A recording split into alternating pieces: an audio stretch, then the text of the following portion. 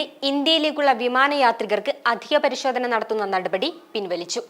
ജാഗ്രതയുടെ ഭാഗമായി അധിക പരിശോധന നിലവിൽ വന്ന് കുറച്ചു ദിവസങ്ങൾക്കു ശേഷമാണ് കാനഡയുടെ നടപടി. അധിക പരിശോധന പിൻവലിച്ചതായി കനേഡിയൻ ഗതാഗത മന്ത്രി അനിത ആനന്ദ് അറിയിച്ചു.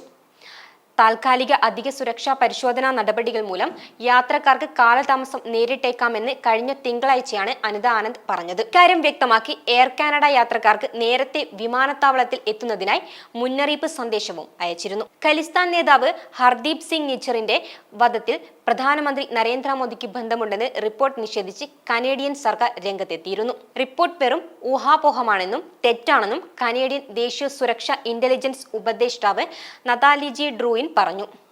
പ്രധാനമന്ത്രി നരേന്ദ്രമോദി, വിദേശകാര്യമന്ത്രി എസ് ജയശങ്കർ, ദേശീയ സുരക്ഷാ ഉപദേഷ്ടാവ് അജിത് ഡോവൽ എന്നിവർക്ക് കാനഡയിൽ നടന്ന കുറ്റകൃത്യങ്ങളുമായി ബന്ധമുണ്ട്. ഇന്ത്യ കാനഡ നയതന്ത്ര ബന്ധം വഷളാകുന്നതിനിടയിലാണ് കാനഡയുടെ ഭാഗത്തു നിന്ന് സുപ്രധാന നടപടികൾ ഉണ്ടാകുന്നത്.